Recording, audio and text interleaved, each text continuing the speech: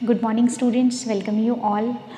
I am Nidhi Goyal, Assistant Professor, Accountancy and Business Statistics. बच्चों हम लोग अपना इनकम टैक्स में कैपिटल गेन कंटिन्यू कर रहे हैं, ठीक है। लास्ट लेक्चर में हमने देखा कि किस तरह से कैपिटल गेन पर बेस्ड किसी भी प्रॉब्लम को सॉल्व किया जाता है, किस तरह से कॉस्ट ऑफ एक्विजिशन को इंडेक्स करते हैं, ठीक है, और ट्रांसफ़र एक्सपेंसेस को लेस करते हैं, नेट सेल्स कंसिडरेशन कैलकुलेट करते हैं और हमारा long term capital gain calculate करते हैं।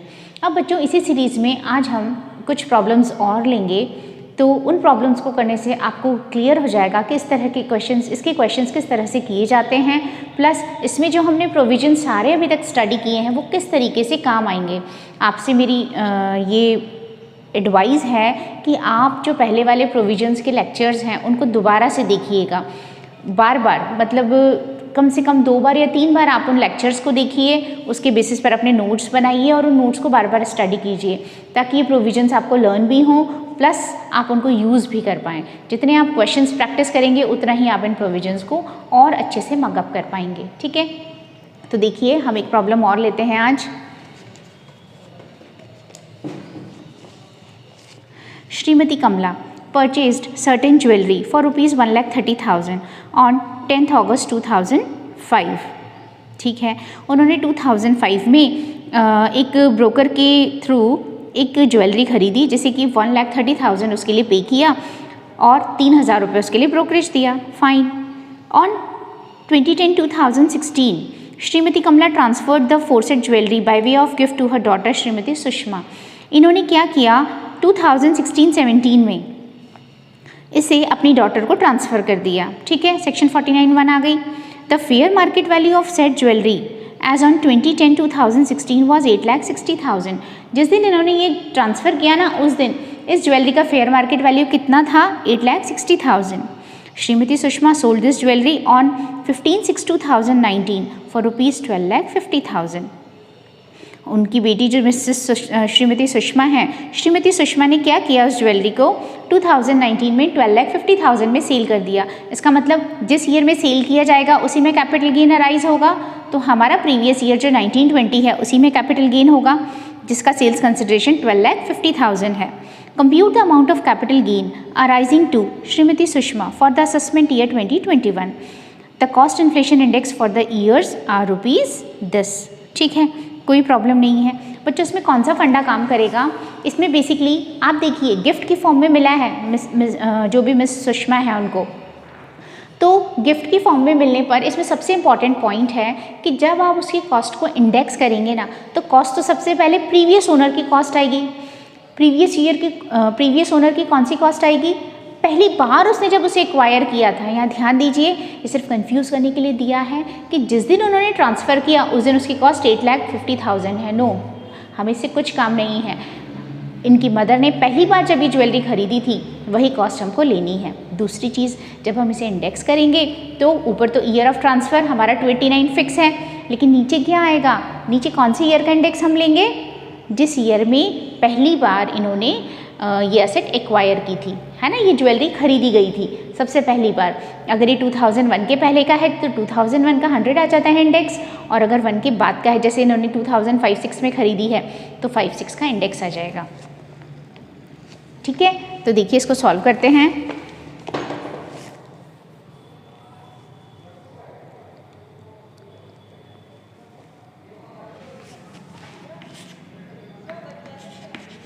Computation of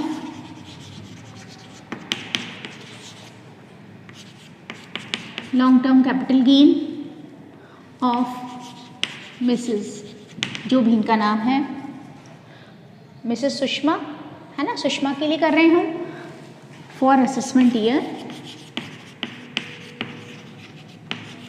2021। यहाँ हमेशा मैंने अभी बात की आपसे कि इसमें हम हमेशा असेसमेंट ईयर ही मेंशन करते हैं, है ना। देन उसके बाद देखिए सबसे पहले इनका सेल्स कंसिडरेशन,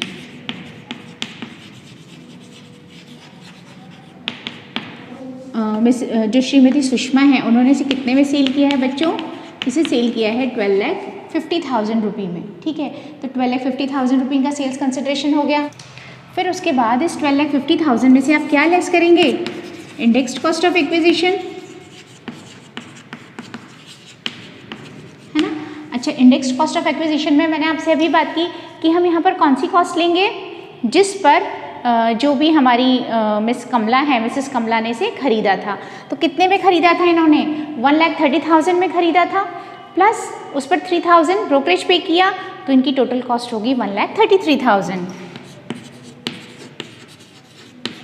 1,33,000। देन उसके बाद ईयर ऑफ ट्रांसफ़र का इंडेक्स आ जाएगा 289 और अपॉन ईयर ऑफ परचेस का index.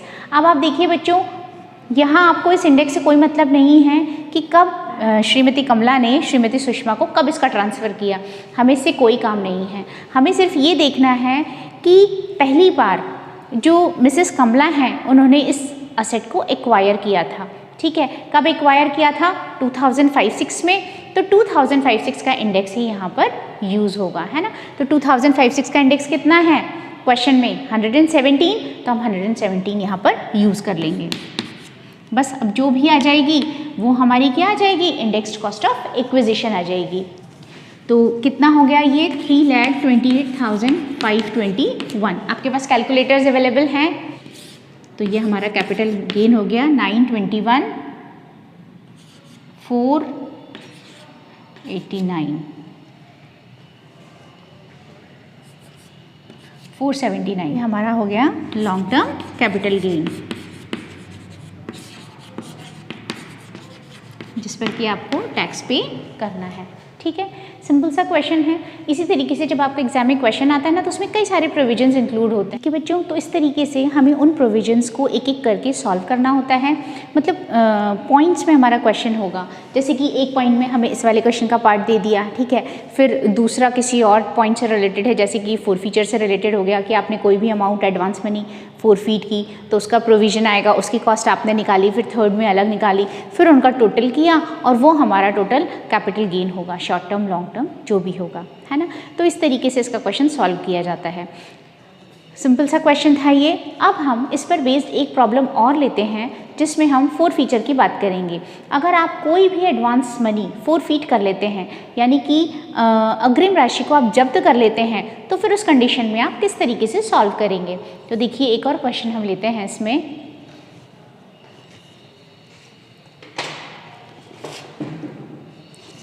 Mrs. Jyoti has acquired a residential house in Jaipur on 1st April 2010 for rupees 44,66,000।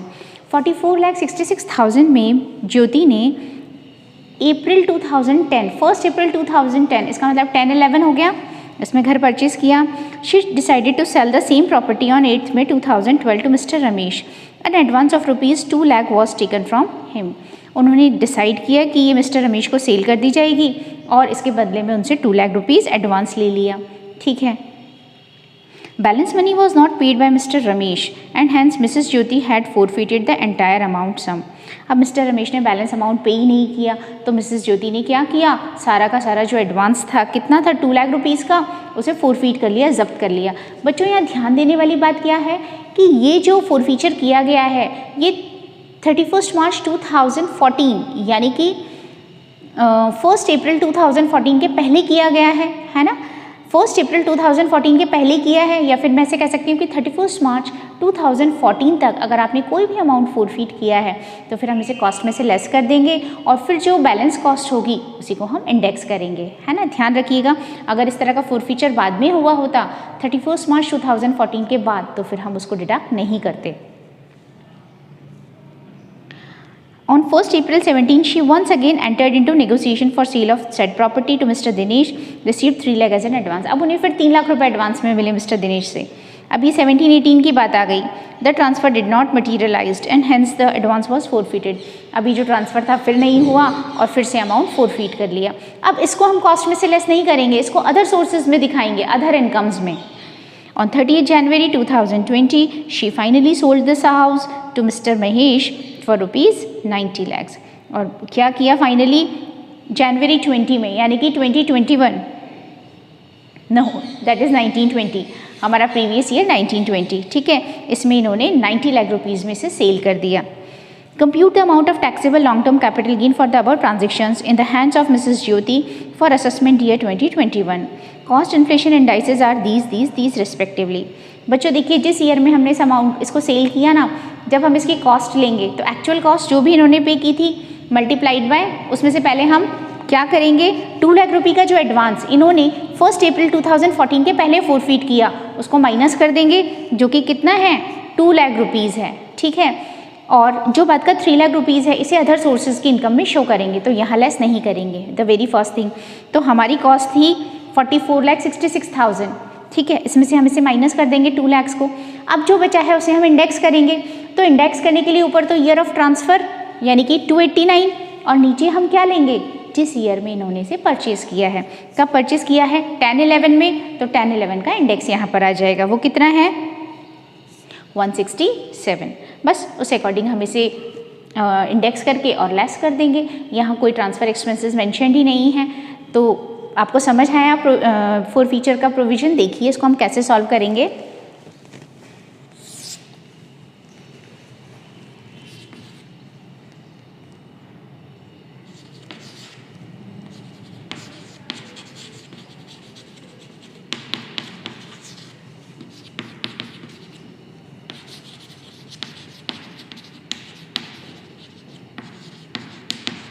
Computation of LTCG for assessment year 2021 है ना।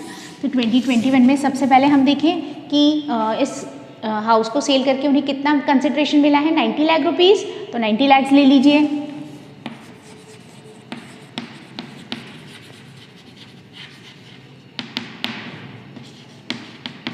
₹90 लाख, ठीक है, 90 लाख आ गया। देन इसमें से हम क्या कर दें, लेस कर दें, कितनी परचेज प्राइस, कितने में इन्होंने ये घर खरीदा था 44,66,000, 44,66,000। इसमें से आप क्या लेस कर देंगे, इसमें से आप लेस कर देंगे एडवांस मनी फोरफीटेड,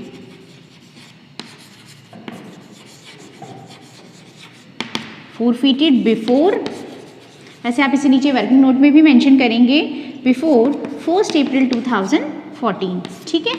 या फिर आप इसकी डेट दे दीजिए इसने जब भी फोरफीट किया है, दैट इज़ वर्थ ₹2 लाख। तो हमारी कॉस्ट यहाँ पर आती है 42,66,000 और इसी को अब हमें इंडेक्स करना है। तो यहाँ पर आप देख लीजिए इंडेक्स्ड कॉस्ट ऑफ एक्विजिशन,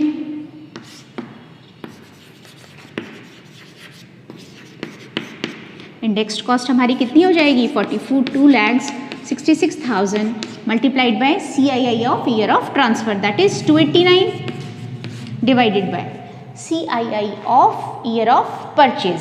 कब परचेज किया इन्होंने 2010-11 में, जिसका इंडेक्स हमें कितना दिया गया है 167। बस आप इसको सॉल्व कर लीजिए, जो भी आई वो हमारी इंडेक्स्ड कॉस्ट ऑफ एक्विजिशन है। देखिए कितना आ रहा है 73, 82, 479, ठीक है। और अब आप इनका डिफरेंस ले लीजिए, जो भी आया वो हमारा टैक्सेबल LTCG हो जाएगा। तो देखिए इनका डिफरेंस कितना आ रहा है 16,17,521, ये हमारा आ गया LTCG, that is taxable long term capital gain. I hope आपको समझ आया। इस क्वेश्चन में हमने क्या किया, हमने बाद वाला जो 3 लाख फोरफीट किया था उसको हमने यहाँ पर नहीं लिया, उसको हम अदर सोर्सेज हेड जो अगला हेड है ना उसमें उसे शो करेंगे।